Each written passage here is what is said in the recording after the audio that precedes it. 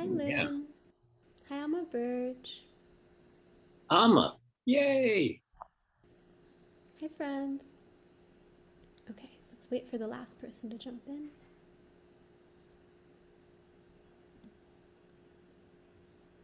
All right. Oh, last two.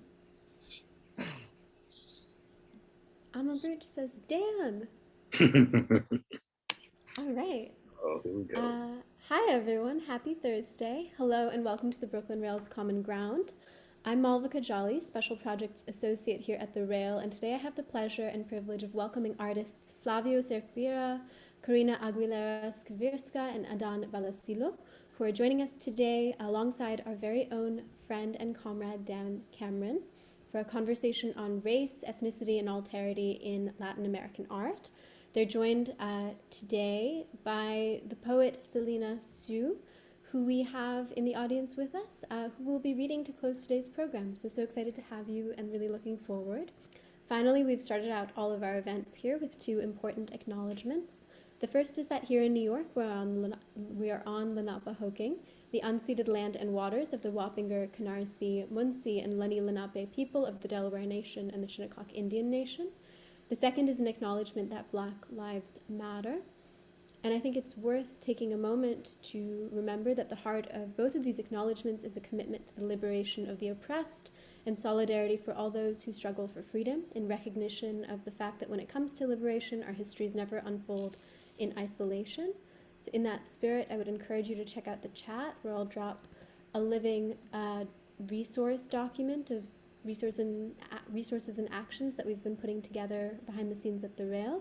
If you have anything you'd like to add to it, please shoot us an email.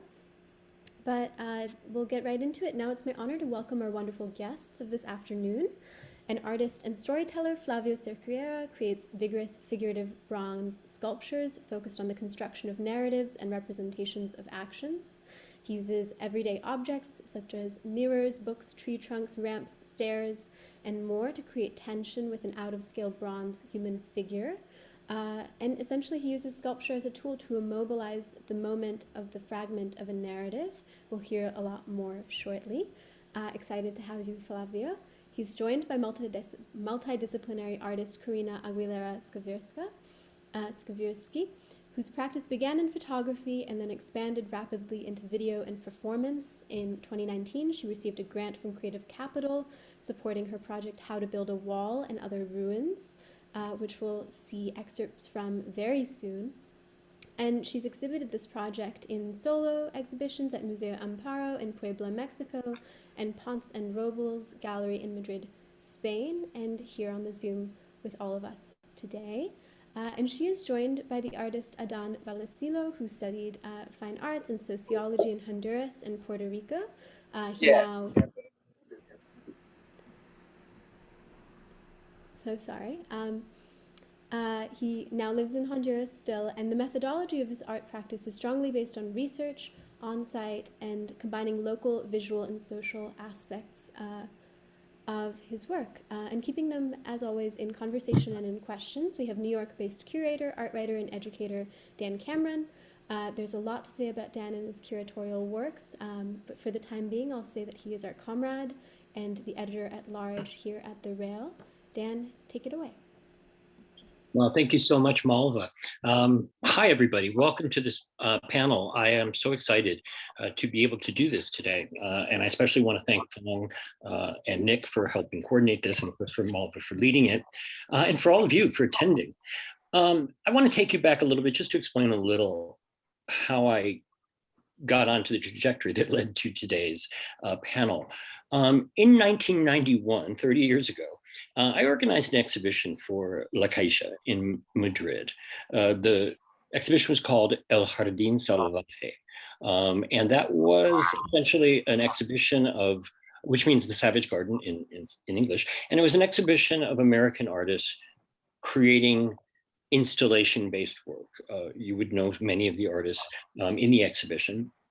Among them were two friends of mine, good friends, from the East Village. One was Felix Gonzalez Torres, whose work you all know, and the other was Meyer Weissman, whose work you also probably know. There was a certain point in the development of the exhibition when I could see a divergence between what the other artists were doing and then what Felix and Meyer were doing. And the more I got to think of it, the more I realized, and this is going to sound really dumb, but I hadn't factored in the fact that Felix was a Cuban refugee who had actually settled in Puerto Rico and later Madrid before coming to the United States. And a lot of his formation as an artist came from that particular experience. So he had some things to say about Spain, not just in the present day, but as an empire, that I was learning for the first time. And of course, Meyer Weissman was from Caracas, Venezuela. And he would soon flee. He would soon move back to Venezuela and then flee to go settle in Barcelona. But he, as well as a member of the former Spanish colonial empire, he had a story to tell. And again, I was a little outside of that. I thought this was just going to be a bunch of American artists. And lo and behold, two of my American artists were Latin American artists. I think later that year, I made my very first trip to South America, to Chile, and I've just been, incredibly engaged and passionately brought into this sort of contemporary Latin American art scene, not because I consider myself a specialist, but because I feel that it's an area of the world in which so much cultural and artistic progress tends to get overlooked or sidelined by sort of the big art capitals like New York or based in Europe or LA. So cut to a year ago. A year ago in the United States, the streets were full of social justice protests after the murder of George Floyd in Minneapolis. So the movement for Black Lives galvanized a lot of new thinking in the United States. I think people who had never really paid that much attention to the complexities of our history and how those complexities, and I'll maybe even use scare quotes the second time around, have led to a present day society in which inequity is visible. It's glaringly visible to everyone. And this is based on history. It's based on racial history rooted in slavery. It is also based on a colonial history, but just as much, it's based on the 20th century and all of the upheavals and cataclysms that took place in the 20th century that also spurred migration to the Americas, not America, as we sometimes lazily call the United States, but the Americas. So this is something that I've realized over the last 30 years that most of my fellow Americans not only don't know about, but don't seem to be all that committed to learning, let's say. But I thought, if Americans right now are opening their eyes to an aspect of our history that we were relatively closed to before, for whatever reasons, maybe this is also an opportune moment to broaden this discussion about who are our fellow Americans, who are the peoples that occupy the rest of the Americas, and what are the story they want to tell us about where they came from and how those histories inform contemporary reality. So I'm not a historian and I'm not an esthetician. But I am a curator. And I thought that maybe one way to unlock this conversation and get it started going in a positive direction was through artists whose work I truly and deeply admire, but more specifically in this context, artists with whom I've collaborated. And out of my collaboration with them, I have also expanded my own knowledge about how identity is formed within societies and how that out of that identity, racial, ethnic, sociocultural, economic art emerges. Not in every case, but in many, many cases. So with that preamble, I really want to just sort of turn to the three artists because they have all done remarkable work, and they've done remarkable work working with me, which is the greatest honor any curator can have when you reach out to an artist and you say, let's do something together. And then what they do far exceeds your expectations. So to our first guest, Flávio Cerqueira, I actually met, I guess socially would be the right way to say it. We met because he was a protege of my friends, Sandra Cintos. in Sao Paulo, and working in their side studio, and Albano Afonso, sorry, I forgot to mention Albano. And we met and we chatted, and that was really that. And then a couple years later, I started seeing Flavio's work appear, and I was like, that's that guy. That's the person I met. And then we reached out, we became friends, and I invited Flavio about 3 years ago, a little more than 3 years ago, to make his US debut in a project I was organizing in Kansas City called Open Spaces. So I said, Flavio, we've never worked together, but let's give it a shot. And well, Flavio, you take it from there. Welcome. Oh, I think your mute is on. Now, can you hear me now? Yes. Thanks, Dan, for inviting me and taking all the Brooklyn Rail family to this opportunity to talk about my work for a non-Brazilian audience and try to speak in English and talk about my experience as a young artist here in Brazil. So my connection with them was weird because sometimes appear a person in front of my studio and rang the bell, and was then Cameron. We started a conversation, and he has appeared and start to make a conversation in my old studio that was of a couple of artists very famous here in Brazil, Sandra and Albano. And so I don't have many time to talk, and I speak a lot. And in a nutshell, I start to talk to invite to send my material for that and keep in connection and let him know about my work. And in 2018, he invited me, as mentioned now, to make part of Open Spacing, and was my debut in America. And that's my first time that I can have an opportunity to produce a work outside my comfort zone, outside my country, outside my studio, outside my place. It was a challenge for me because, okay, here I know the people, how I know how to find the things, I know how to work everything. So yeah, for me it was very important as a young artist to be part of this show, because I had a great opportunity to have experience with other artists in different level of careers, and have experience to spend 3 months in Kansas City in the United States.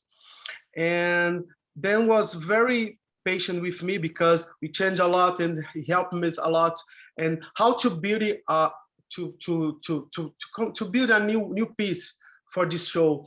And as a sculptor, I used to consider myself a sculptor because I work with bronze sculpture, figurative sculpture in a traditional way.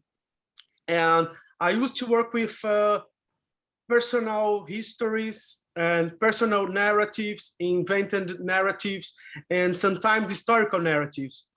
In this time, because I was the first one of the first artists to arrive in the city, and I had the experience to walk around and met people, and I saw the connection with Brazil and America.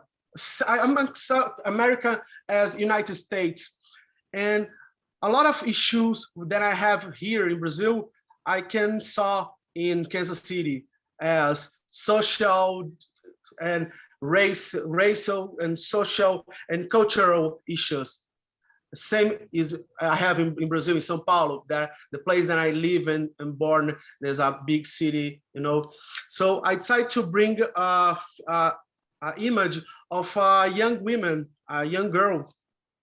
That was the first time that I used a female figure, because in my old works, I used to work with a a man figures, and that was my first time that I used the female figures.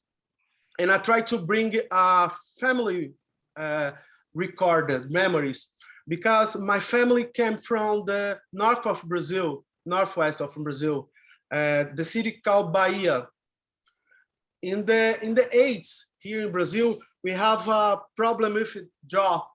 And the people from that area from Brazil moved to the south and southwest, run away from the drought period, trying to escape. Yeah.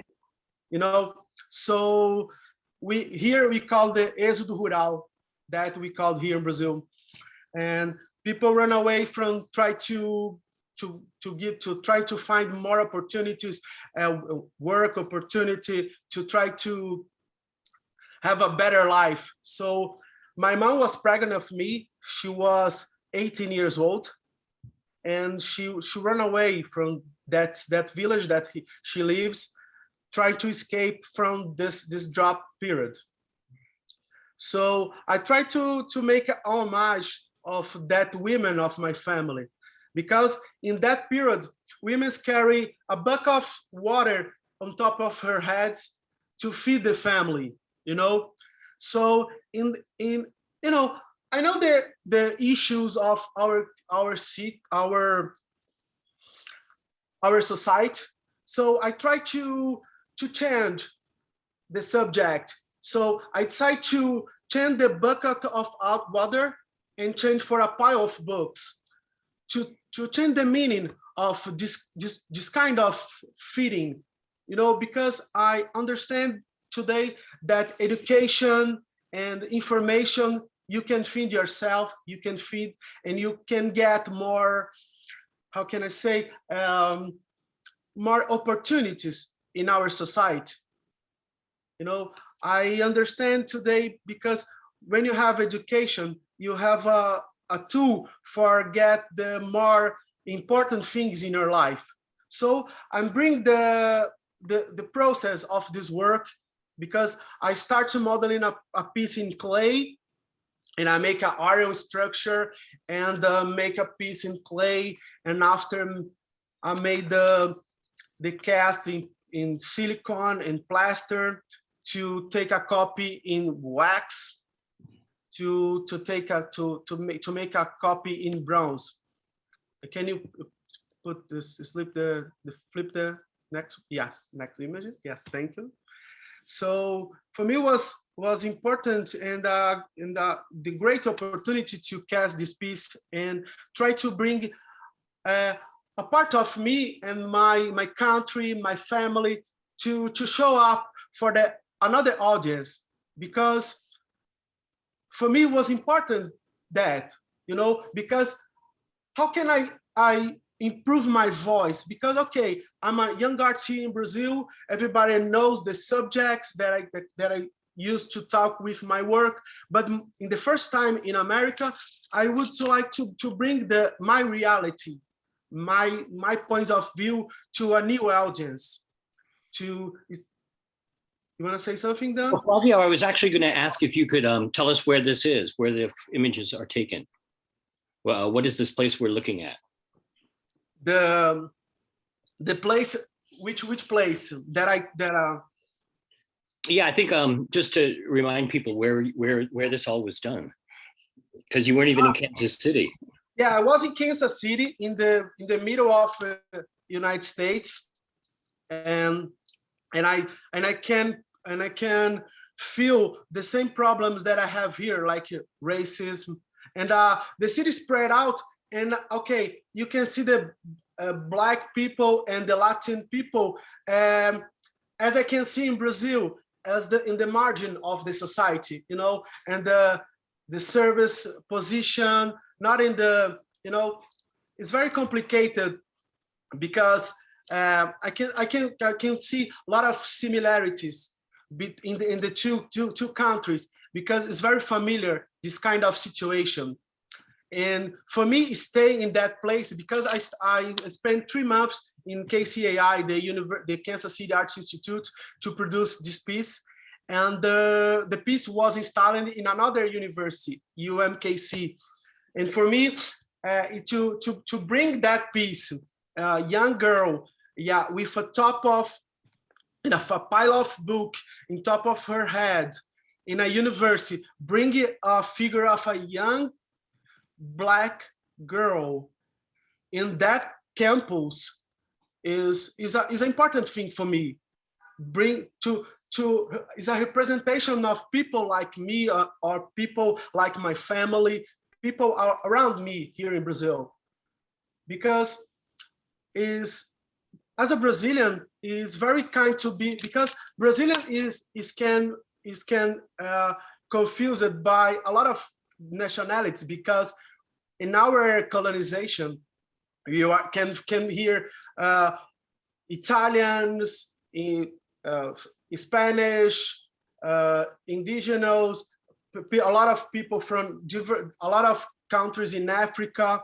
So in Brazilian we have a lot of diversity in terms of appearance. It looks where we look like a Brazilian a person.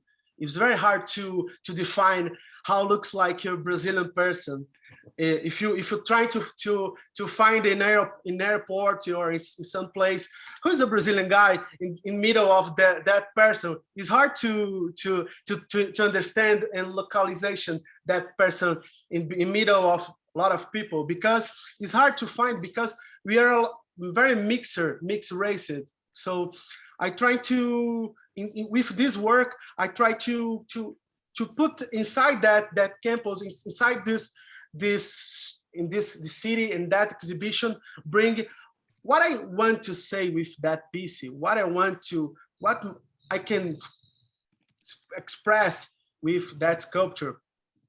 So I have 2 points. I'm not only two, but some points, because one of that is the education as an important thing to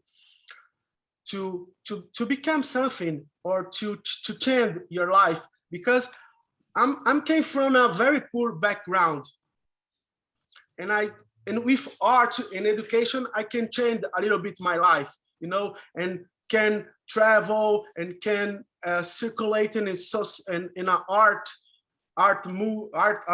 world here in Brazil, because it's very complicated, because I think 90 or more than 90% of people that produce or live the art life in Brazil came from a high society class.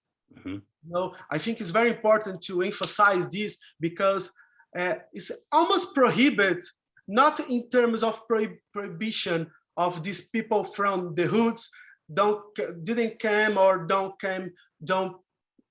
could or can take part of this world, but is a lot of is problem that image is just for make a sample of this. This is mm-hmm. the area of my family came is from Bahia, because Bahia is very famous about samba, carnaval, but we have a lot of village around and outside Salvador. It's very poor. Mm-hmm. And my family came from that village. Okay, Flavio, just for 1 minute more, because we got to move on to the next one. Tell us about the title, Any Word But Wait. Any word except wait, because wait. Okay, yeah, because in the a lot of books that girl carry on top of her head, there are a lot of meaning and a lot of histories. Yeah. They can accept every single word except way, because it's time to change. It's time to change. It's time to start to bring now new perspective for art world, new points of view, new images, new representation, try to new forms to see, to produce, to feel art in this art world. Great. Well, thank you so much, Flavio. We're going to get back to that, but I want to go on to Karina, so we can kind of stick to a bit of our schedule. But that was so great. Moving along, so before I organized the Biennale Cuenca in 2016, I knew Karina Aguilera Skvirsky's work, but I didn't really know it in the context of Ecuador. And part of the process that they gave me was to spend a lot of time on Ecuadorian artists, both living and expats, artists who lived in a foreign country. And it really wasn't until I started looking more deeply at Karina's work that I realized I didn't know anything about what she was doing, because it wasn't until I got into Ecuador that I really, that the meanings of her work began to really touch me deeply. So with that being said, I want to just pass the microphone over to Karina Aguilera Skvirsky so she can talk about what she did in Ecuador and the context for that. So thank you. Thanks, Dan. Thanks, everybody, for coming. Super happy to be here. Malvika, can you share the screen so I can just jump into the work, which I think tells the story? Next slide. So I thought I would start with these two photographs, because it's really why I'm an artist, I think. So on the left side of the screen is a photograph taken in Ecuador, I think in the 1940s maybe. And on the right is a photograph taken in Miami, Florida.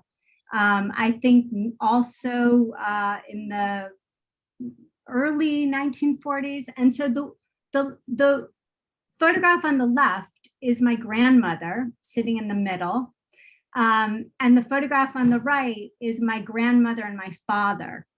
And these photos I found in a drawer, like overflowing with loose photographs, when I was about 7 years old in Washington, D.C.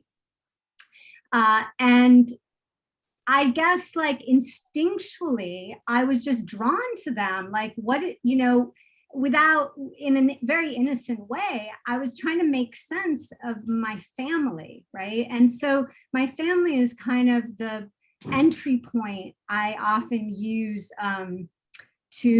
I've been using to make work. And so I think it started very young. And so what I started to do is organize those photos that were kind of left there into family albums. I kind of took on that role. Could you show the next slide?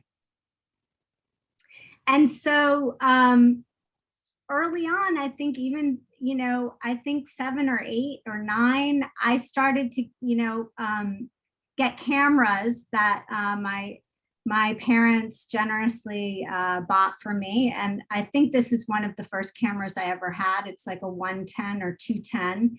And then in the late 70s, next slide, we moved to Ecuador for a couple of years. And I brought those cameras with me. And what you're seeing here is a series of photographs of an album page I made when we returned from Ecuador. Next slide. So I always start most of my talks with this artwork, because I think it's like, I had it for, about 30 years before I made an artwork out of it, because I didn't know how to do that.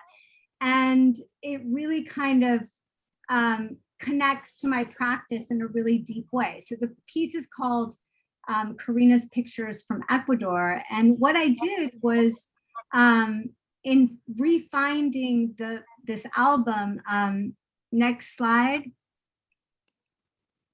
I really was kind of drawn towards this photograph on the left. Next slide.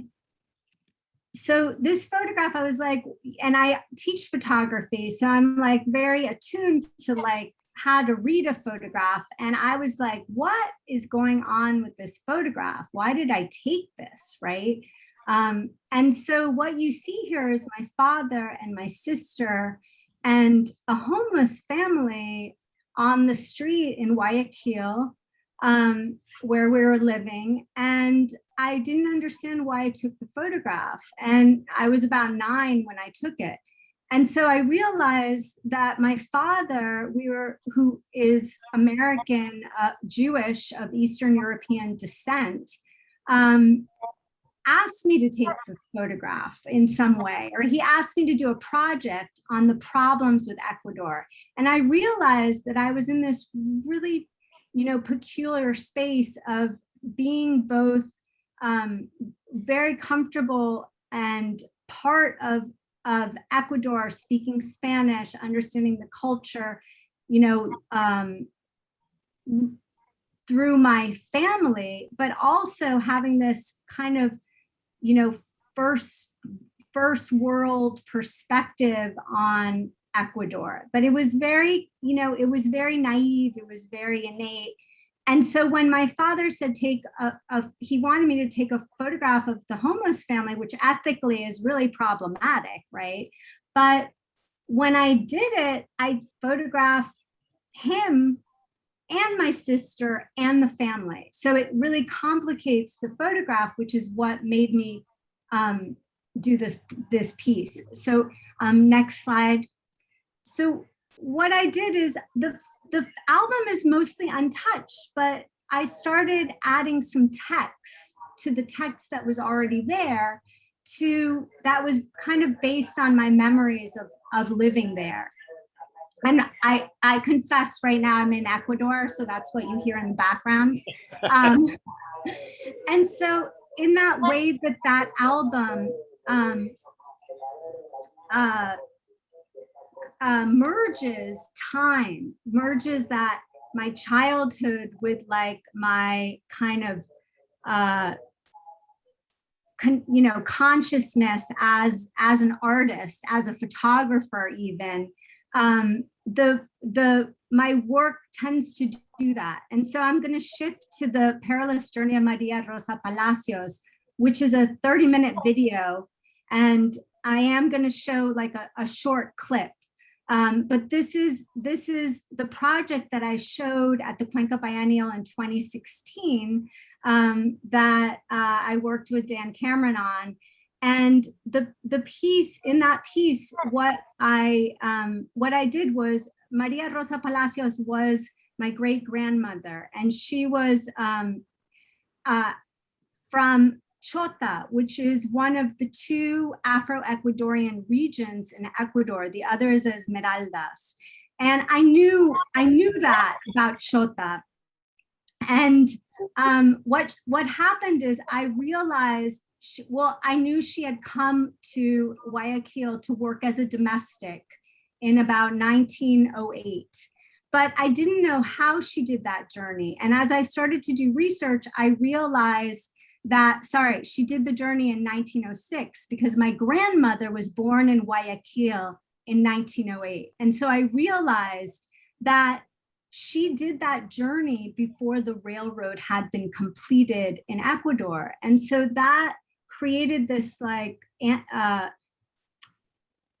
question and a kind of narrative of, how did she do the journey? How did people travel before railroad, before cars, right? Ecuador is a small country, but it's extremely diverse in terms of its topography. So the Chota is right near the Colombian border, and Guayaquil is on the coast, and she would have had to traverse the Andes, right?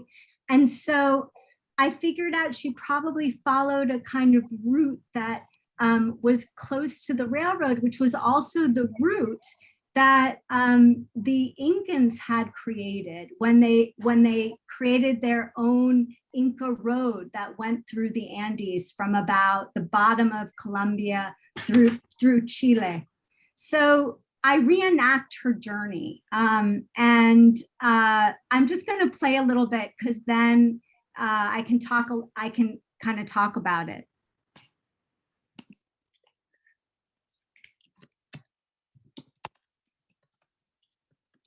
In 1906, my great-grandmother, Maria Rosa Palacios, left her home in Chota and walked over the Andes to the port city of Guayaquil to work as a domestic. She was 14 years old.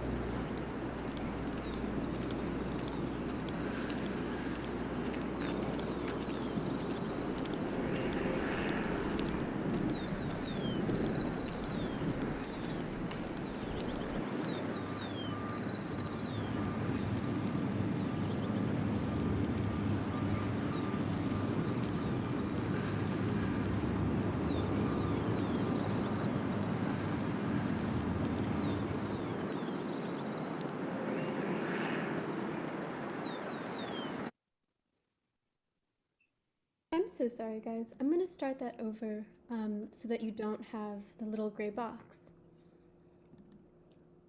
Thanks, Malvika. It's an important part of the film.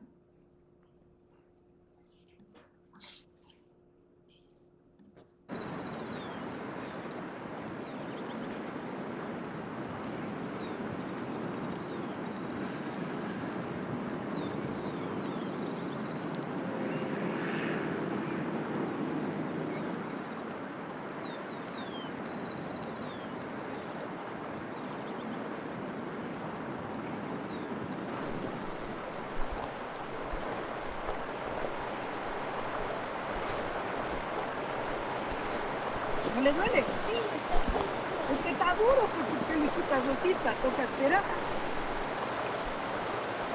Hasta que suavice.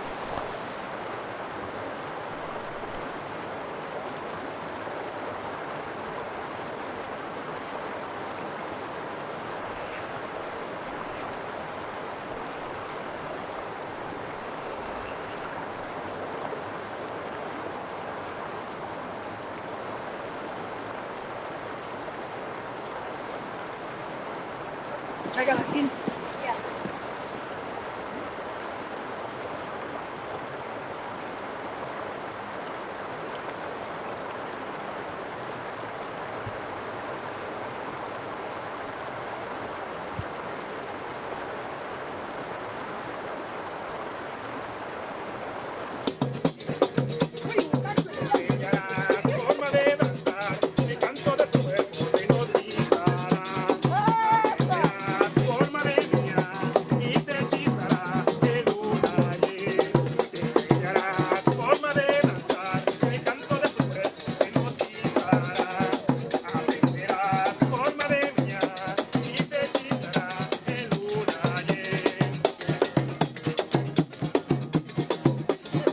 Stop it now.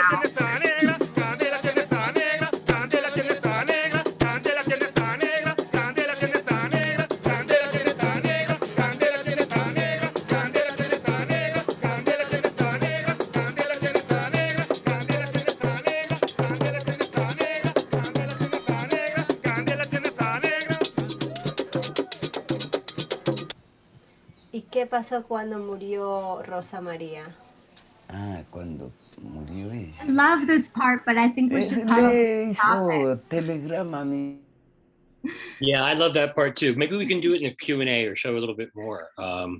But yeah, that was beautiful, Karina. Thank you so much. And again, I asked everyone to do about 10 minutes, but knowing that it would be more than 10 minutes. And we have some good time left, but I want to cut quickly to Adán's work to make sure we get everybody in, at least in the first hour. So Adán, I got to know first through his work. I saw his art at the Venice Biennale.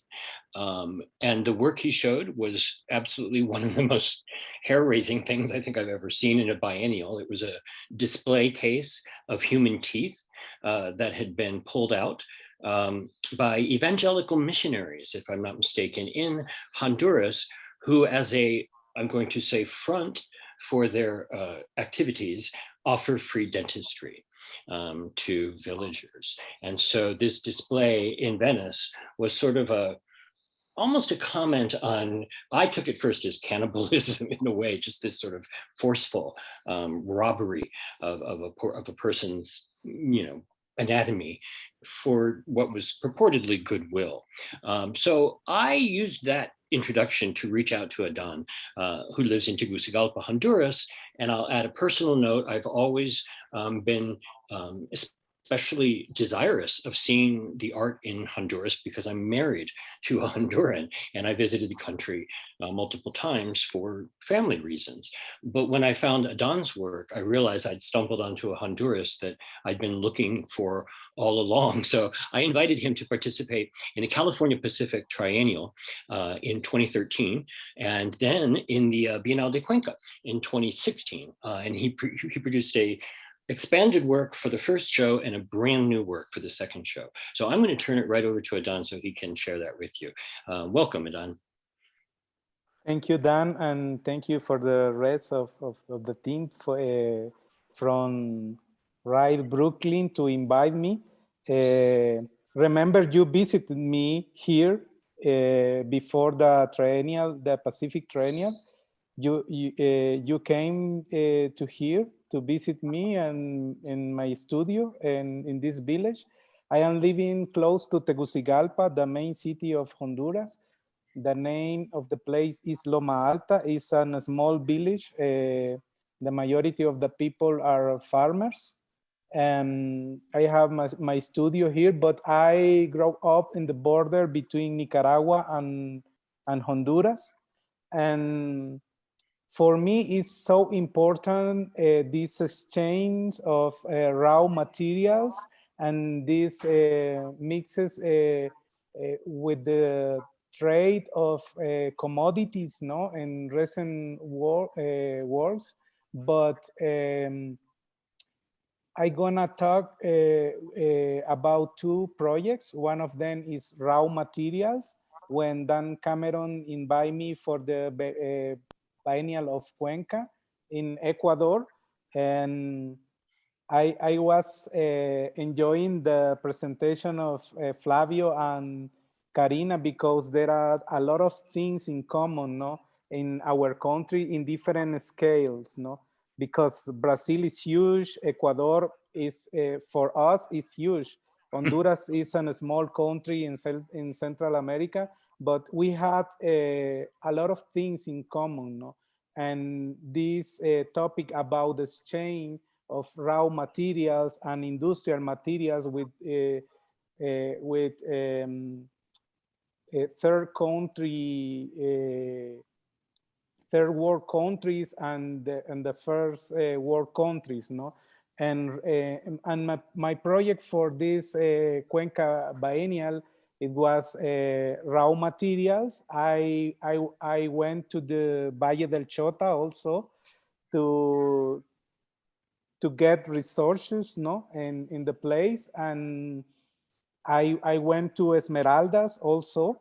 These two African Ecuadorian communities in the north of the country, close to the border of between Colombia and Ecuador.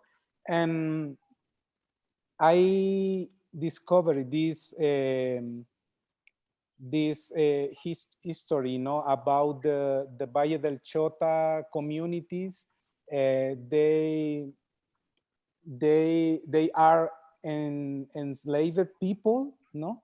They produce sugar cane in this area to produce sugar, no? And I try to put together these two realities, no? Del Valle del Chota and Esmeraldas. In Esmeraldas, now the communities produce cocoa beans, no, for make this wonderful and famous Ecuadorian chocolate. And these raw materials put together to talk about of my experience traveling around these two African Ecuadorian communities, no, and how the commodities occurs, no, in this exchange of raw materials. And in the zone of Esmeraldas, these communities, they never has been slaves because they are similar. The they are descendant from the liberty slaver. No, they took these boats and go to the coast of Ecuador, and they never has been slaves, no. But in the Valle del Chota, the people came here from Africa. They were slaves, no, with this order, Franciscanos order from the church, Catholic Church. They have these big factories to produce sugar, no, during the colonial period, and now is a very strong community in the cultural way, no, but there are a lot of poverty in this area also, and for me it's important to mix this other producer, no, in other aesthetics way. For example, in this video installation, there is a video with this musician Isidro Minda. They are making music with the orange leaf. Is so beautiful sound because they make music with this orange leaf, and to remind this indigenous influence in the area.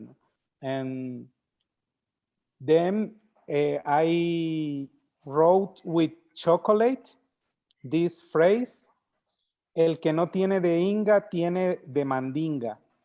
And You'll it's like for us. yes, it's like if you don't have indigenous blood, you have black blood, no, means something like that, no? And the society of Cuenca is so proud of their colonial roots, no? And for me, it was important to make this dialogue, no, of these other communities. They don't have a strong presence in the city, no, and in the context of this colonial proud, no, and I made another project before. The name of the project is Topographies. Can you show the other image, please? It is one of my large scale projects. I made this piece or these pieces with inner tubes. These inner tubes is a kind of third world technology because it's cheaper, it's more cheaper to buy a new inner tubes to put in the damaged wheel, no? And there are very common here, and the people repair again and again these inner tubes, no? And two concepts are so important in my practice: sediments and waste.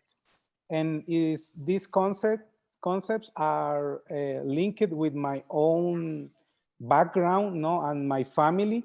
My mother recycled and reused all the time because she was a kindergarten teacher in the public school, and she always was teaching to the children to make toys and games with reused materials, no?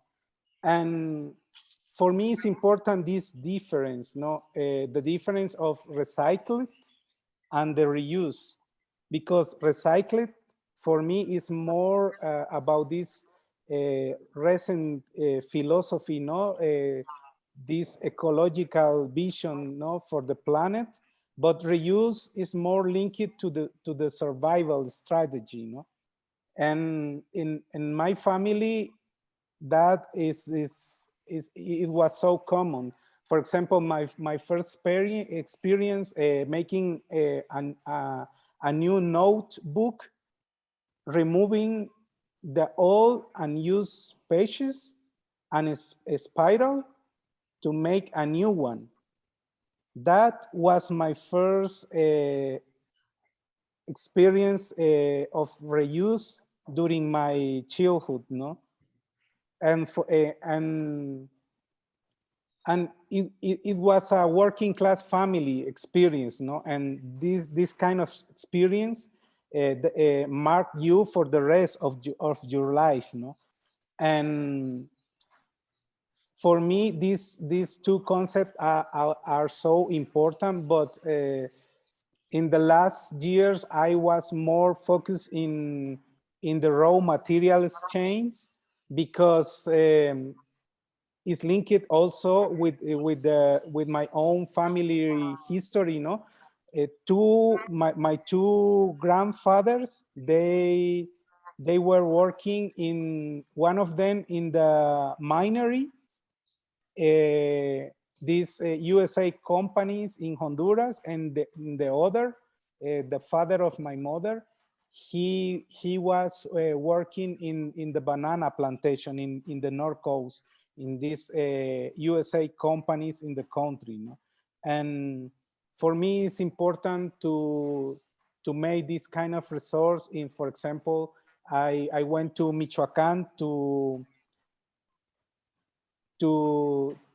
travel around the avocado plantation to make this recent project about this specific raw material, no?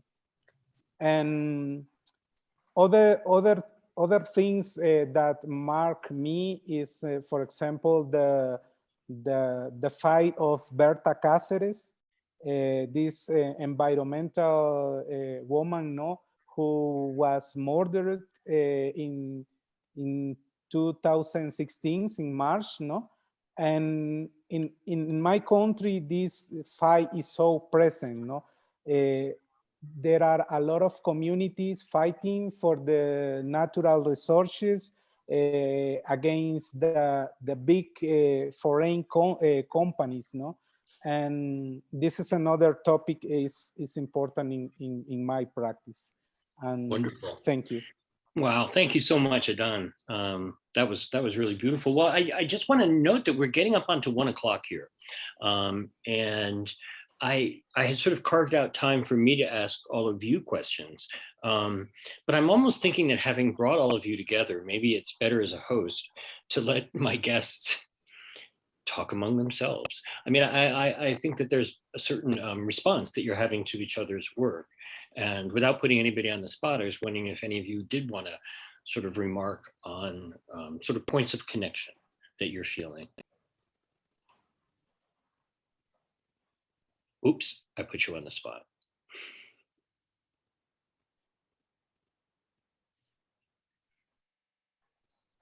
Flavio? Oh. You know, I feel like if you've put them on the spot, I might jump in if that's quite Go all ahead. right. But Go ahead. thank you so much. I wanted to thank you all for coming onto this program and sharing such beautiful and thoughtful and cyclical work. I'm so excited for this conversation, and if it's okay, Dan, I think you should feel free to, the four of you to take the next half hour for your crosstalk. But I wanted to say so much that Adán, your work in particular reminded me so much of, in Hindi, there's an idea of jugaad, which is like in English, incorrectly translates as MacGyvering, but the way that in the third world, and I mean that politically, not in terms of poverty, but in terms of solidarities, but like in the third world, there's this idea of reuse and recycling. Like even the thing you were saying, Flavio, about the the thing that was being said earlier about making music with the orange leaf, and what does that sound like, and those kinds of indigenous practices. What you were saying about reuse is linked to survival strategies was making me think so much about how, like, in India, you can go and get your comforter, your blanket refluffed in the market. Someone will come to your house and will recast your pots for you. Your chairs are sort of in the place where my grandparents live. Your chairs are provided by the government. They're beautiful but very cheap, and afterwards they're supposed to go back to the state to be used as kindling. That there is a kind of, I was thinking about, there is a kind of politics of the third world and a kind of politics of reuse that I think comes together sometimes because of like negative political reasons, but also for very positive political reasons as well. And I was wondering if, you each have such different experiences, if you could talk about that a little bit. That's my selfish question.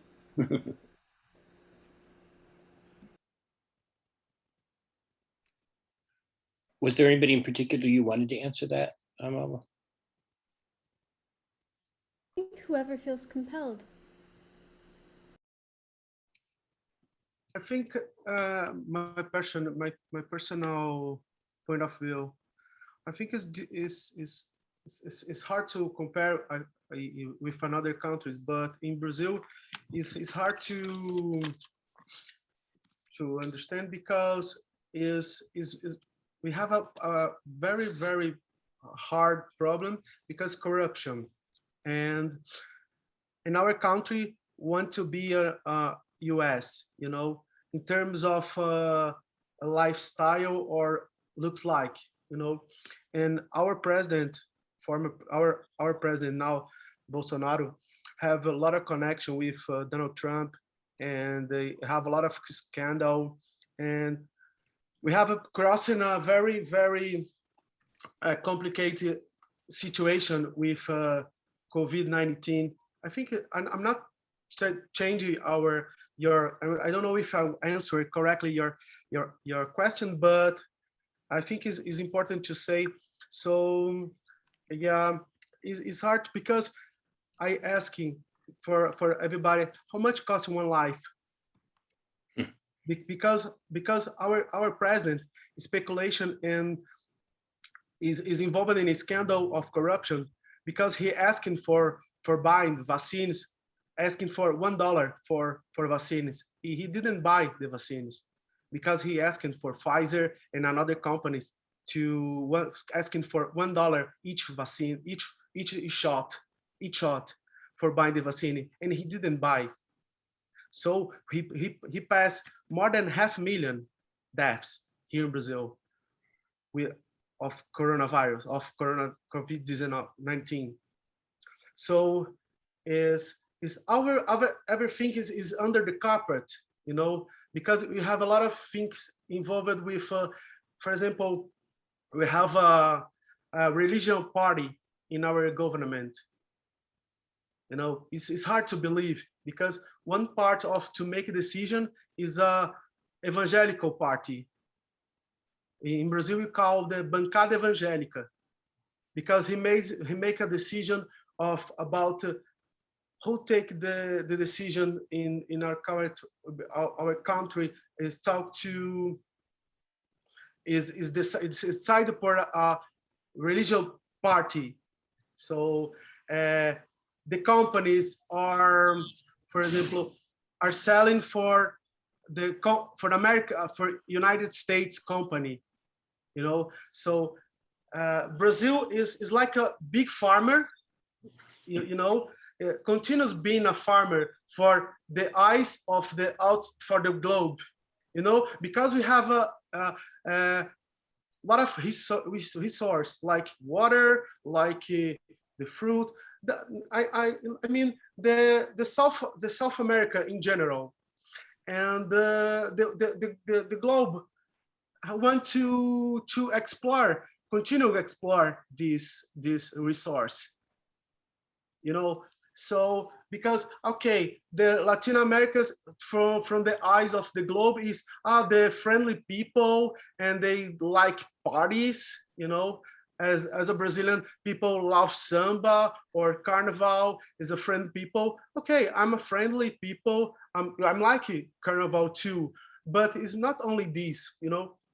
So people continues vandalizing our country in terms of selling and make an agreement to make some group of people take advantages of this, you know, because we are a third world, because a lot of meaning to be considered that, you know, it's not our fault, because is a fault of, because it's a human issues, because another countries want to be advantage of us as Latin Americans, as you know, is because we have oil, we have fruits, we have food for the globe. You know, for example, in Brazil, we sell the food, the meat and grains for the China.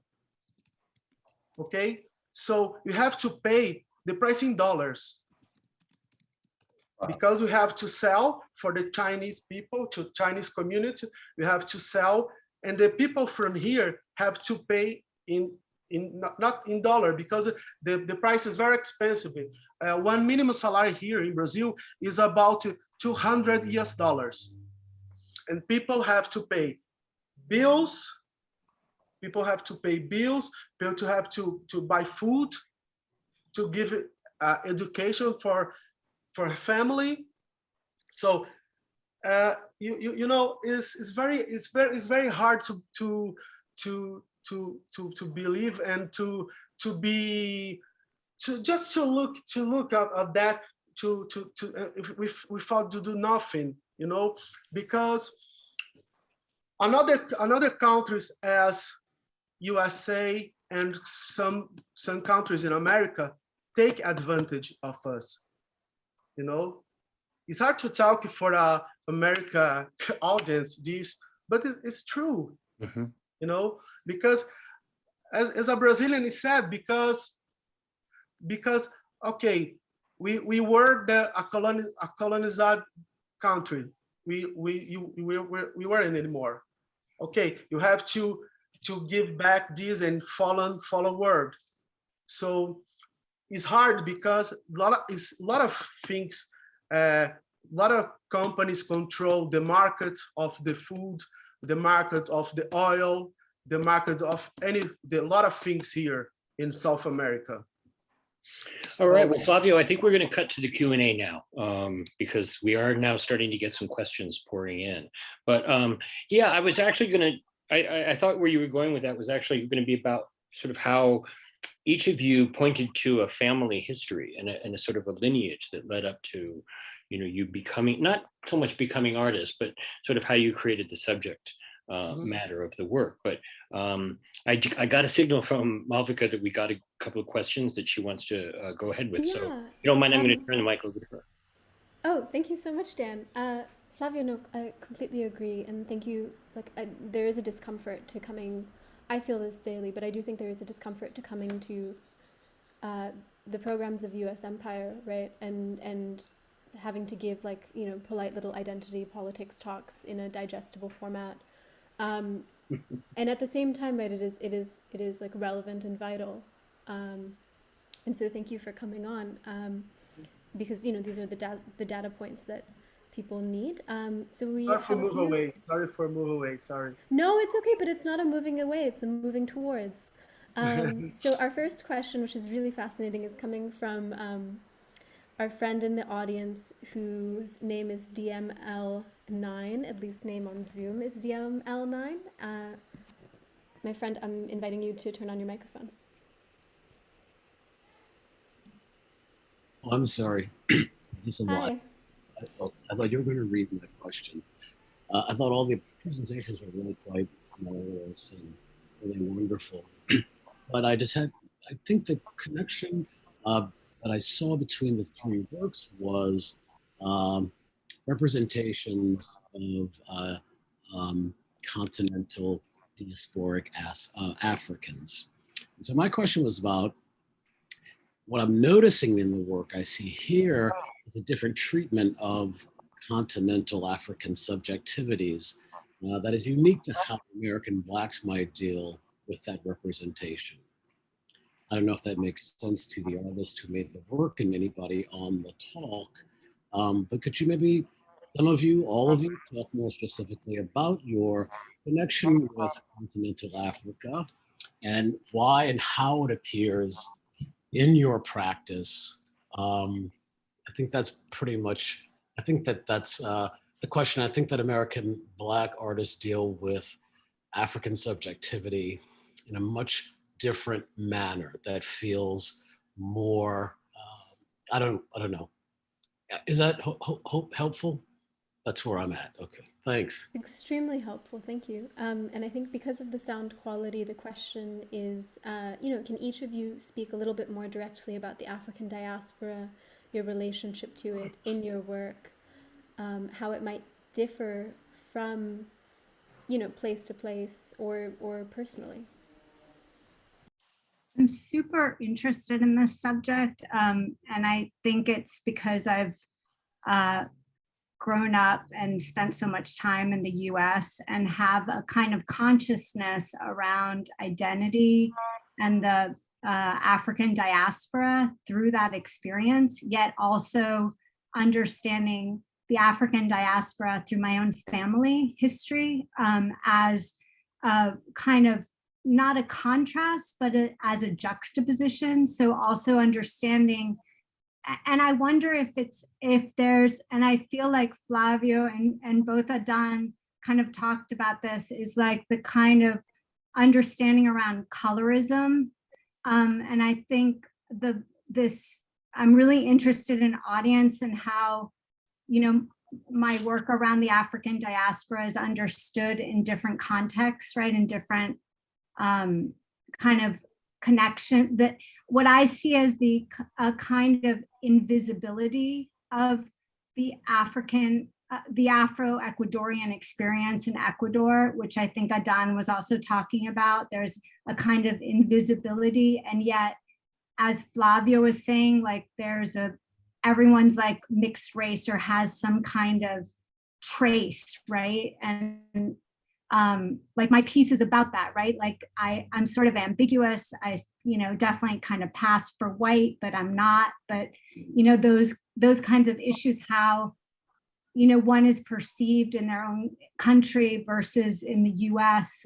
I'm sort of interested in those issues. I'm not sure if you guys are as much, but I know you show your work globally. So I'm interested how that connection with race happens across, across continents.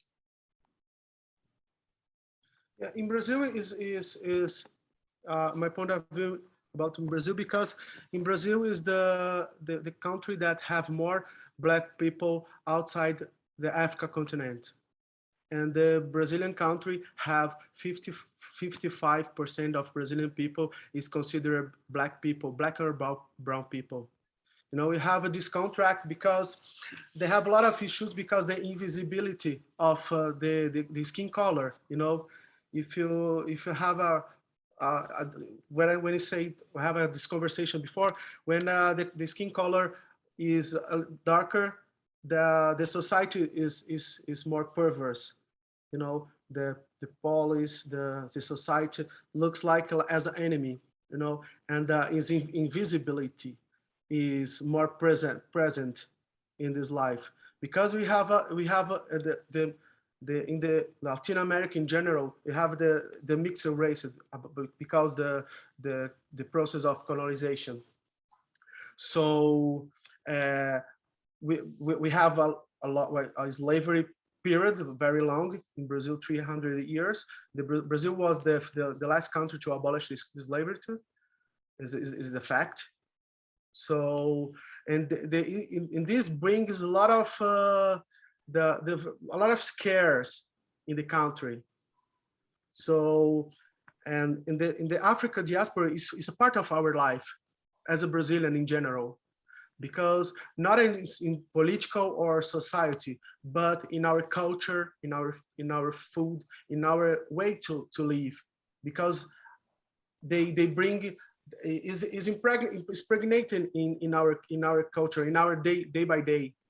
So for us, it's part of our life to Africa diaspora, because as we say, because we have a state here. I don't know if you have the opportunity to came here and visit Bahia. Bahia is like a small Africa, because maybe 90% or maybe more the people that live and born in that city is Black people, you know. So you have a very diversity of because Brazil have a continental scale. So it's hard to talk about Brazil living in Southwest, because you have a North and Northwest. You know, you have a continental distance. So, but in general terms, we have this is every day. Afro diaspora is part of our life. Everybody, as USA used to say, that one bloody drop. Blood. One bloody drop. You have, every Brazilian have more than almost 80%, maybe more, have the one drop blood. You know, so we are part of this. Is part of our life, our culture.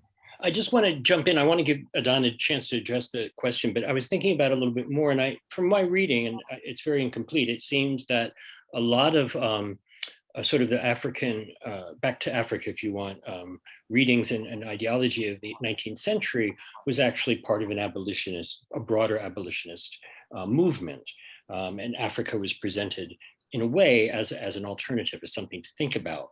While I'm not aware of that kind of philosophy happening in, African Brazil or African Ecuador, African Peru, what I am aware of, especially in Brazil and in Cuba, is the broad popularity of syncretist religions, which are actually African practices brought over whole cloth and duplicated and practiced, with variations, obviously, by millions and millions of people today. So while the reference to Africa may not seem as explicit in verbal or textual terms, I do believe that when you visit Rio or Bahia or Havana, you will see that there is a notion of Africa that is quite distinct from the notion that most people in the United States, I think, have today. But that's all I want to say. I want to see if Adán maybe wants to weigh in a little bit on this question. Dan, maybe Sambo Creek in Honduras or Triunfo de la Cruz Sambo also. Creek, yeah. Well, in my case, the presence of the African roots, came from my childhood because it was a process to understand me.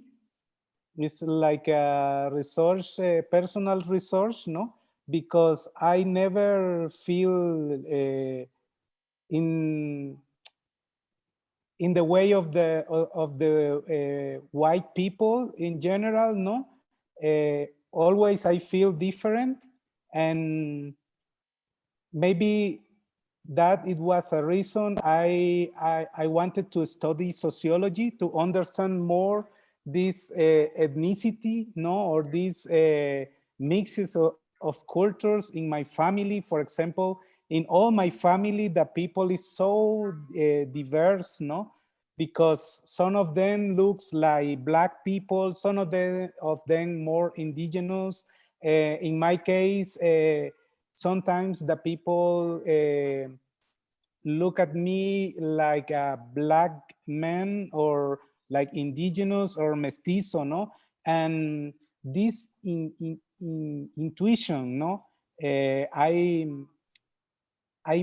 recently made this DNA test, to know more about me, my heritage, my roots, And this suspicious was confirmed, no? Because just 4% of my heritage came from Spain. The rest came from Africa and America, no? Indigenous blood and African blood, no? The main percent of my heritage came from these different areas of the world, no? And that is, for me, it's a very important reasons to have this interest in African roots and indigenous roots, because it's like a personal resource, no, in my life. Great. I love that so much, Adán. And I also want to highlight, on these themes of kind of cosmopolitanism, multiculturalism, the interweaving of our ethnic identities, a comment that Nancy Helgedson put in the chat, which is very interesting. She wrote, "I'm interested in the palenques in South America, where indigenous and African people escaped slavery by creating many hidden communities together in dense jungle areas, several of which survive today." And she describes these, I think about, for instance, like Portobello runaway slave colonies and how these become, vibrant resources to their own communities, but also just sitting in the US, how many artists we've had on this program, Black artists who will describe going, to visit, to stay, and what a rich source of cultural meaning that is to others in the diaspora. So really, thank you so much food for thought. I know we have just a few minutes left, so for our next question, we'll go to the wonderful British Venezuelan art historian, curator, and friend Cecilia Fajardo Hill. Yay! Cecilia. Hi, hello. Hello, Cecilia. Hi, Cecilia. Hola, ¿cómo estás? So my question is, I've always feel a little bit constrained when I hear the issue of ethnicity spoken in terms of blood quota and all of this. And also because, we have a very long history of discussions of ethnicity coming from the multicultural era, which are very colonial. So, the issue of intersectionality is important, the issue of indigeneity and so forth is incredibly complex and specific one. So we are speaking from the US about the practice of 3 artists, one from Brazil, one from Honduras, and I will say a Latinx artist of Afro-Ecuadorian origin. So for me, we have a shared history of colonialism. For example, let's think of Adán's work. Is ethnicity the main terminology, the main concept through which to read his work? How is it that we can articulate your conceptual and material operations? So I would like you to just, explain, there is a larger umbrella of ethnicity in the sense, yeah, we are diverse. We don't come from a US white, whatever background, but what does it actually mean in terms of the work? Does it mean Adán's work in terms of all these kind of multiple layers, cultural layers in it? So not to move away from ethnicity, but to make it specific from the heart inside out without having to label it that. Thank you. Well, for me is thank you, Cecilia, and I am so happy to see you here. And thank you for your question. For me, it's like a survival strategy, but very high in my work, because for me the aesthetic part, the formal part of the resolution of my projects or my pieces is so important. But for me, it's a kind of spiritual part of my process. I am not interested to be a very literal, or talking about my pedigree, in my work. For me, it's more important to have this part of my work hide in my process, because it's the motor of my practice, But I don't feel good when I have to present my results like an mestizo artist or like an artist so proud of of his roots, no? I don't know if you understand me, but for me it's a very high part of my process, but it's so important because it's so spiritual. I am discovering all the time new things around it, this motor, no? I totally agree, Adán. I think, you know, if the ethnicity or identity is maybe like an entry point, like I think of my family as, you know, that experience, that tension of like, you know, living in Latin America and the US and kind of being between places in some way as a kind of way that I understand the world and that I make work coming from that place, right? I think that's like the authentic place where I'm at, where I'm trying to make the work. And then it does seem like, you know, then the kind of pigeonholing ends up getting attached to that, right? But I think the work has to come from the, you know, the experience and the place. And I hope that it addresses more than just, you know, my family history, right? Like I don't want it to be hermetic. I want those kinds of connections, the messiness of identity. That's not pure. That you know, really speaks to that idea of ethnicity, right? That it's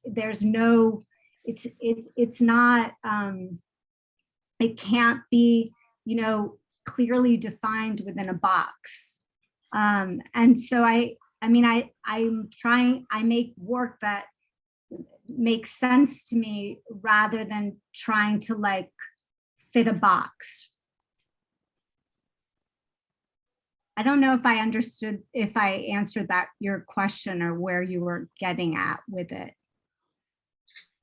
No, yeah, completely. I just feel that there is such a long history in the US of pigeonholing in the sense that it's a very, you know, so that's why I mentioned the word specificity. At the end of the day, every work has this sort of medulla specificity, which cannot be defined in this kind of grand general terms, you know, in this sort of colonial terms. So the ethnicity is immediately sort of associated to notions of someone being different when there's nothing more ethnic than a white, sort of, I don't know, sort of New Yorker. So that's what I mean, you know, yeah, exactly. Yeah, exactly, like Dan. So this ethnicity is not just, it cannot be simply pigeonholed to notions of diversity because someone is not the sort of white American or white British or white European person. The ethnic belongs to anybody. So by removing away from this kind of general colonial approach to the ethnic, then it becomes an operation about the sort of personal things that come out into the work that then reveal personal histories, personal materialities. And for me, decoloniality, the decolonial does not begin from the big term of the ethnic. It begins from the personal and this kind of contextual into this kind of universe of this kind of the discussion of ideas. That's, I mean, I'm not in disagreement with anything. I'm just want to be wary of the danger of having to discuss this in terms of, you know, I'm a little bit Black, I'm a little bit indigenous. You know, I find myself sometime in the US having to justify that even though I look white, I'm not white because I had a brown father and I'm this and that. And I find that this is very difficult. You cannot justify your place in society or in the art world in those terms. I think we need to just be very careful so that it doesn't mean an anthropological notion, which is simply colonial. Thank you. So I did agree with what you were saying. Also understand. I don't want to sound like I'm speaking up in defense of my own choice of a topic. I guess one of the things I wanted to make clear at the beginning was that I was inspired very much by discussions in the United States last year, kind of in the wake of the killing of George Floyd, and a sort of a spark of rising awareness on the part of people in the United States about the complexity of our own racial and cultural history. So that was my starting point. My other starting point is that I am always frustrated with the dumbing down or the oversimplification of what Latin American means to people in the United States, and specifically to people in the art world in the United States, who tend to, I think, broadly, say, oh yeah, okay, those are Spanish people down there. Or those, this, and so this frustration on my part, that I can't seem to get my fellow United States curators or colleagues seriously interested in the topic of Latin American art in any way. So I thought, well, maybe one point of connection is by touching on this topic, because I would never want to suggest that my interest in Flavio's work or Karina's work or Adán's work has to do with their quote unquote racial or ethnic identity. Not in any way, shape, or form.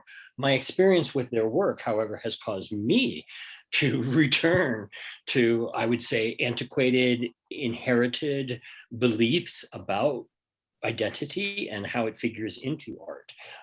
And so, rather than pigeonholing, I think what I was trying to do was sort of say, let's take these 3 points, if I may, on the map of artistic production, and let each one tell a story about their work, and then see how this comes together to hopefully complicate in a positive way conversations going forward on this topic. I hope that helps. But Yeah, thank you. But for us, it's important to know where we came from, no? To understand as in a personal resource, I don't know. But if you don't want to put in your words, that is your choice, no?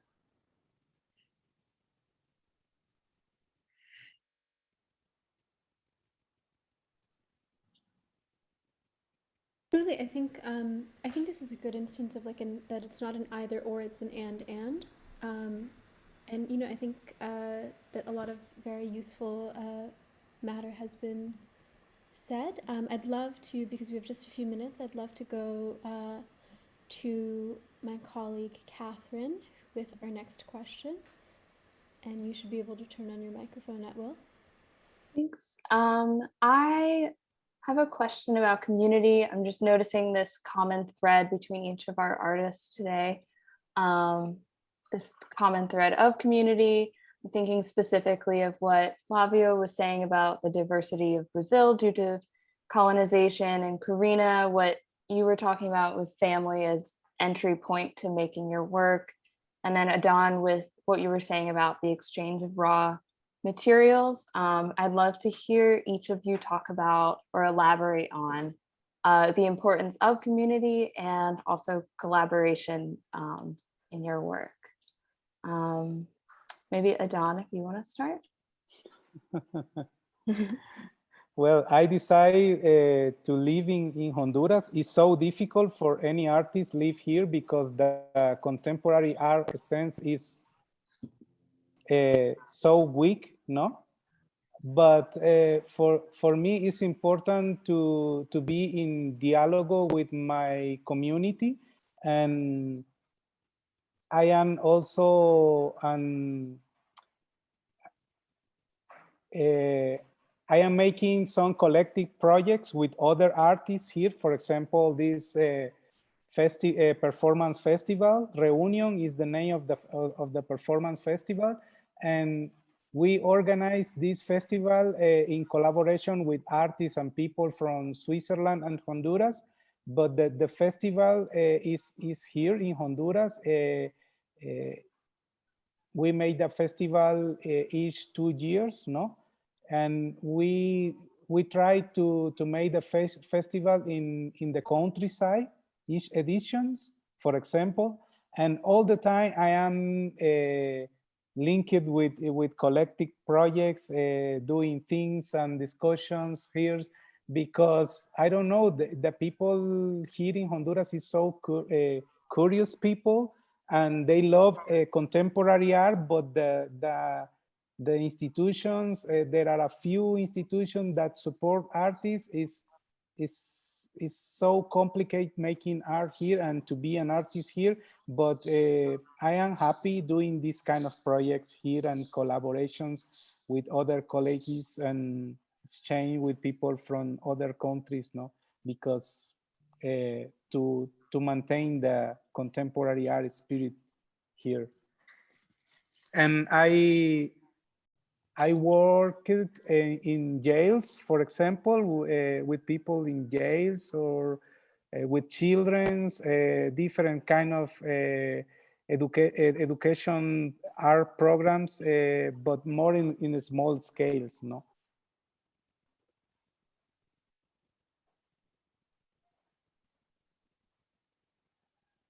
I mean, I'm happy to talk about the wonderful community of artists here in Ecuador, and I know Dan can attest to that when he was in the process of curating the Cuenca Biennial, and this is, I'll try not to make it too long, but in 2007 I went to El Museo del Barrio, and the invited country was Ecuador, and Rodolfo Cronfle was the curator, and the artist's work was really amazing. And my connection going to Ecuador, you know, over the years has been with my family, and that was, you know, my community, and that's, you know, so much of my work comes out of that.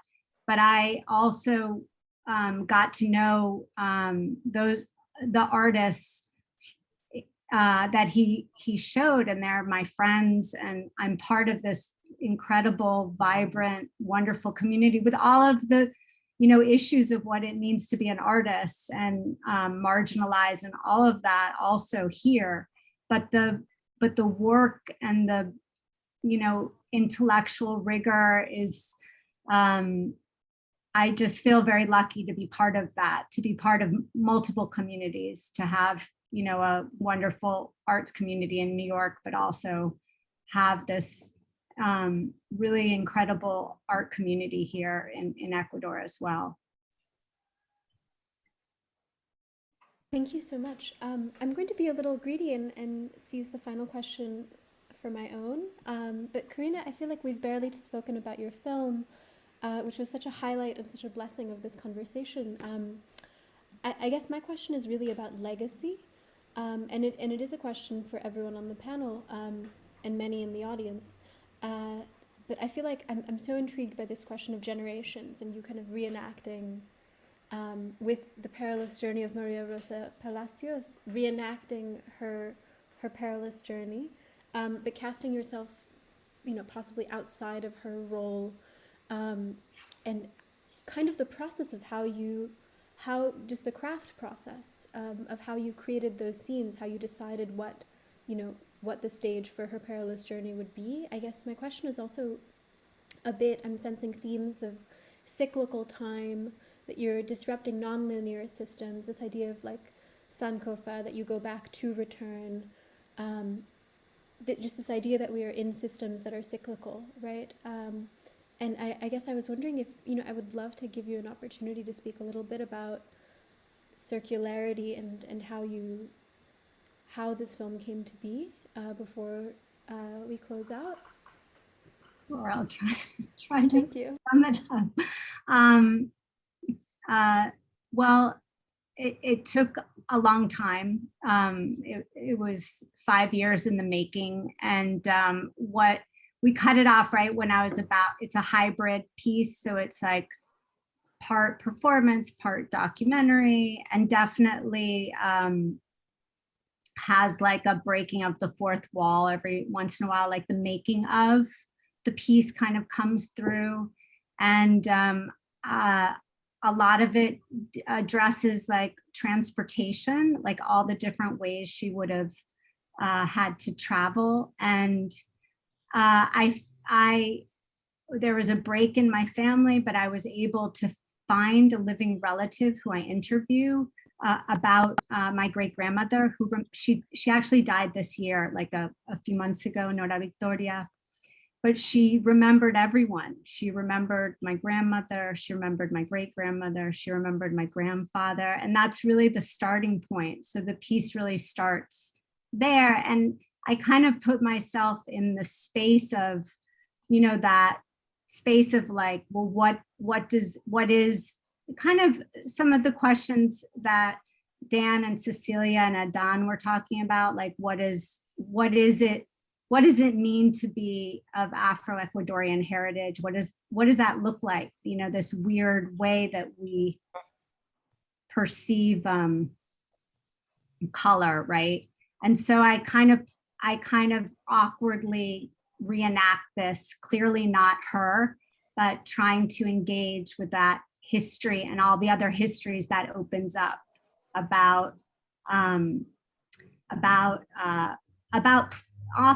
really about place, because it's all the character that's not, you know, a person is the landscape, and that landscape holds that history.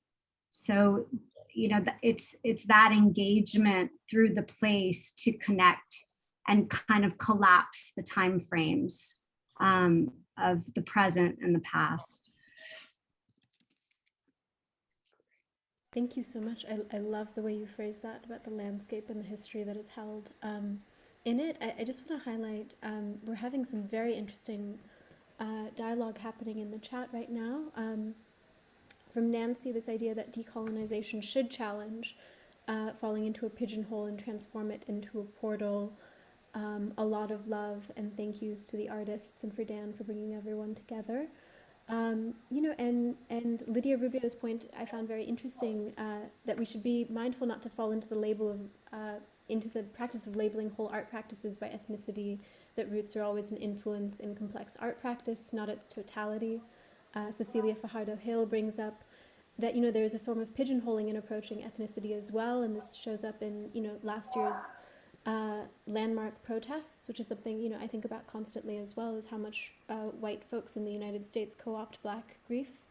So I think, you know, hopefully the first of many conversations. Thank you all so much. This has been really beautiful and also very generous. So at the Rail, we have a tradition of ending with poetry. And today I'm thrilled to welcome our poet laureate of this day, Celina Su, to the stage. Celina was born in Sao Paulo, Brazil, and lives in Brooklyn, part of unceded Lenape-Hoking. Her first book of poetry, Landia, was published by Belladonna in 2018. I'll drop a link in the chat in just a moment. And beyond Landia, she's published 2 poetry chapbooks, 3 books on the politics of social policy and civil society, making her very qualified for this conversation. And her work has been published in the New York Times Magazine, N+1, Harper's, and elsewhere. Her creative, scholarly research and pedagogical work focuses on the everyday struggles for collective governance, centering economic democracy and racial justice. And she is in urban studies. She's a chair in urban studies and a professor of political science at the City University of New York. Give it up for the most qualified person, Celina Su. Thank you so much. Thank you, Malvika. Thank you, Flavio, Karina, Adán, and Dan for that illuminating conversation, and to Anselm Berrigan for including the poems I'm going to read from by Sarah Riggs and me in the July-August issue of the Brooklyn Rail. And thanks to everyone at the Rail for having me, and to all of you for being here. So Sarah Riggs wrote me a letter poem, and I'm just going to read my response to her letter, but I wanted to give you just a little bit of context. Her piece is dated April 2018, and the first line of her poem is, "The kick would come, almost a cup or a cup." And this is the kind of thing I'm telling you that I don't usually write down. The line, her first line refers to a cup of blood. I suddenly bled while in a mall in Fez. I was 5 months pregnant and scared that I was losing the fetus that would become my daughter, who will turn 3 years old next week. The scare turned out to be a hematoma. And although Sarah wrote her letter in 2018, I didn't see it until earlier this year. So seeing her letter was led to a rush of memories, plus this live person to tell me the exact passage of time.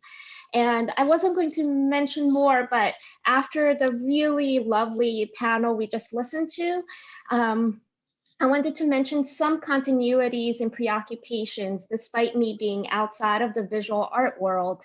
In particular, my letter references a conversation Sarah and I had with the writer Miguel Arsanios, in which Miguel and I reflect on our family histories as entry points into some questions on migration, political economy, and solidarities. And we question how we should think about specific memories from childhoods in Venezuela and Brazil, respectively. For instance, we realized that our mothers, who have both passed away, were both obsessed with gemology and semi-precious stones as investments amidst high inflation that they hid in little bags in the closet. And just what to do with all these often fraught memories.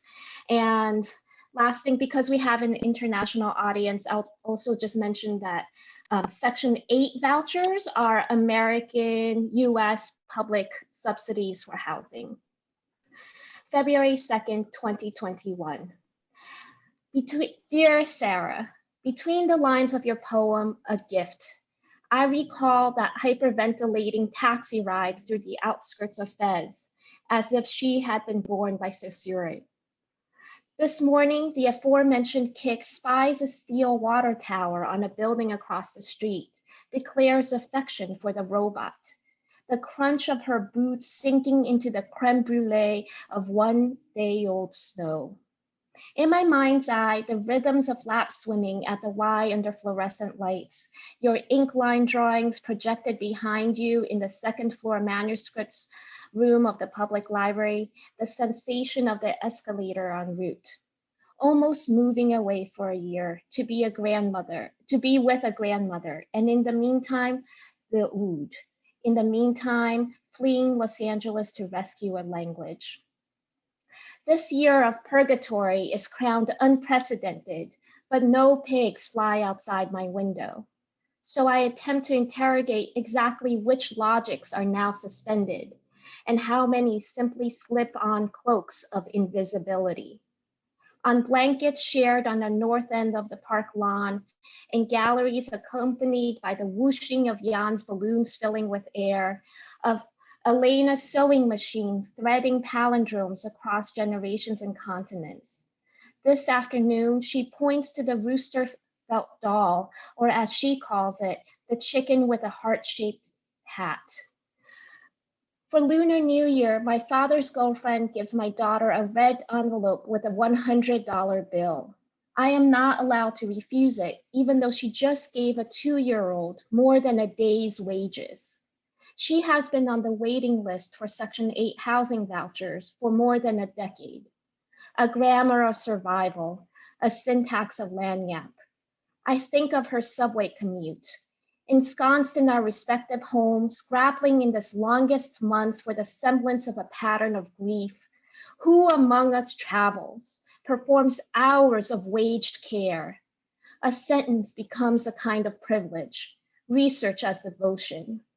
I long for conspicuous absence, this presence of willful abstention in our onion-skinned histories of the immediate, resistance to the seduction of despair. In our virtual real rectangles with you, Muriel and I hopscotch, motherless mothers without mother tongues. Our memory palaces packed with many digit inflation rates and annotations of South American semi-precious stones, with impossible knots of material belonging, perhaps with Oshala, as my childhood neighbors would say, each time I think of Kadombwe. Tonight, we turn off our table lamps. When we hear a whirring sound, the toddler announces, "It's not a star, it's an airplane." The night sky fills the bedroom with a bright pink, snow reflecting. This, too, is winter. You write a snow shower of poems. Make room for coffee, email, podcasts, Zoom accordions of your work. Each gesture a correspondence, each paragraph an attunement, a community in the whispers of our various lullabies, names like pronouns, relational rather than absolute. If what belongs to you is yours, what belongs to me is mine. Thank you so much. Wow. Celina Su, everyone, give it up. Look at that brilliance. That's what happens when you study rigorously for years and years. Thank you so much, Celina. And thank you so much, Flavio, Adán, Karina, and of course, Dan, for bringing us all together here in this space. I think, truly unique discourse. Really happy to have shared the space with all of you via Zoom.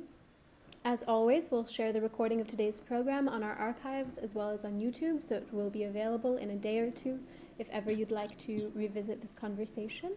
And please join us again tomorrow when we're joined by artist Greg Bordowitz in conversation with the Rail's own Yassi Alipour and Nick Bennett, and we'll conclude with a musical performance by Laszlo Horvath. Really looking forward to that. That will be, as always, at 1 p.m. right here in the Zoom. But other than that, thank you all so much. This has been fantastic, and I'll invite you to turn on your microphones now if you'd like to say hello to one another, or goodbye on your way out, or anything else you feel compelled. But this was really so special. Thank you. Thank you, Malvika. Thank you, everybody. Thank you, Dan. Thank you. And Dan's so sharp. Dan, thanks, Adán. Karina, Dan. So brilliant. Malvika.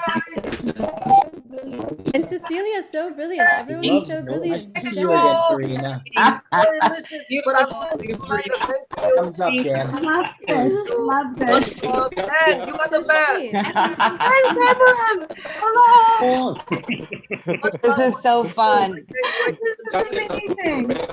Guys, Julia, thank you so much. Thank you so much. Yes. Thank you.